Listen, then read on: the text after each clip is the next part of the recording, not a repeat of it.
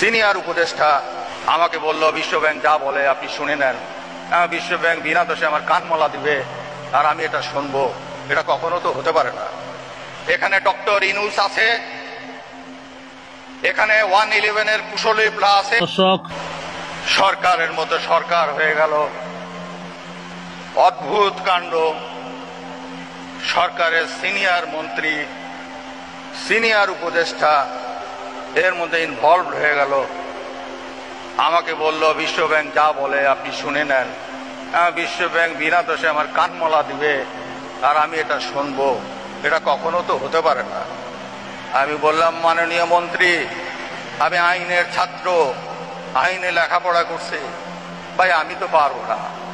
তো বলে, কেন পারবেন না? দেশের স্বার্থে পারবেন। একজন ফট করে বলে উঠল, আমি আমেরিকার স্টেট ডিপার্টমেন্টে গিয়েছি, সেখানে আমি স্টেট ডিপার্টমেন্টকে ম্যানেজ করেছি।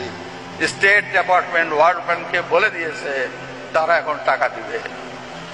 আরেকজন বলল, আমি ওয়ার্ল্ড ব্যাংকের প্রেসিডেন্টের সাথে কথা বলে আসছি, তারা এখন রেডি, তারা টাকা দিবে। তারা এখন বলছে আমরা ভুল করছি, টাকা উইথড্র করছি, we are ready to refinance. আমি বললাম যে ওরা রেডি তো টাকা দেয় না কেন? এটা দুদক যদি করে তাহলে ওরা মেনে নিবে। দুদক কি করবে? এই এই এই এই এই এই কাজ করতে হবে। যা করতে বলে তাহলে দেশের সার্বভৌমত্ব থাকে না। বলেন, দেশ বিক্রি করে দিব? দেশের সার্বভৌমত্ব বিক্রি করে দিব?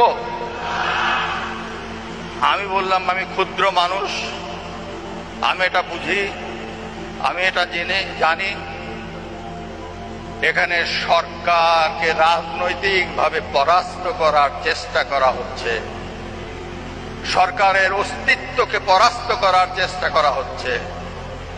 এখানে ডক্টর ইনুস আছে, এখানে 111-এর কুশলী প্লা আছে, যারা 1/11-র ঘটনাগুলো ঘটিয়েছে তারা আছে পর্দার অন্তরালে। আমি ইমেল পেয়েছি, যে ইমেলে হিলারি ক্লিনটনকে ইমেল করা হয়েছে, তাকে দিয়ে তদবির করানো হয়েছে সরকারকে ইমেজ নষ্ট করার জন্য।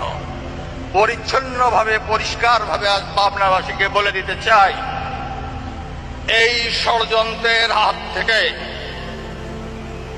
সরকারকে, বাংলাদেশের ভাবমূর্তিকে রক্ষা করেছি আমি। I will have to do. আমি আজ অথরিটির সঙ্গে বলছি, আমি সেটা করেছি পাবনার সন্তান হিসাবে।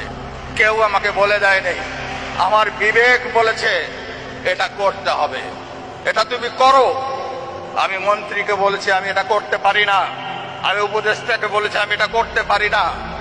আমি বলেছি I am the last man to do it, I am the last man to do it, আমি করতে পারবো না।